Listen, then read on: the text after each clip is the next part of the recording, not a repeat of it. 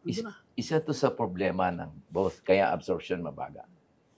Ang local government din, ang sinasabi namin, sa galing po palagi naming sinasabi, pag-aralan niyo muna yung national budget. Mhm. Anong may pondo sa national government? Hingin niyo. Ang hindi nila napondohan, ang LGU kasi grabeng power na binigay. Basta para sa may general welfare clause. Ano yan eh, sakop na lahat. Ang wala yung national, yun ang pondohan nyo.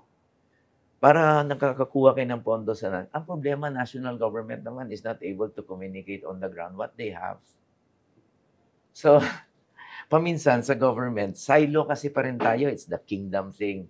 Paminsan, hindi alam ng kaliwang kamay ang ginagawa ni kanang kamay. This is something that, sa harmonization ng programa ng gobyerno, talagang mas closer na pag-uusap ang kailangan. At ano bang dapat alamin ng bawat national government office? Ano ba yung, sige, tingnan natin ano bang vision nyo? May scorecard ba kayo? May roadmap kayo? Sige, pagtulungan natin. Okay, anong kulang nyo? We can provide dahil sakop namin to. Meron kaming pera dito. Kulang yun eh. Pero kung hindi matyaga yung mayor na nagre-reach out sa national, hindi mangyayari yung ginawa niya. Siya matyaga eh.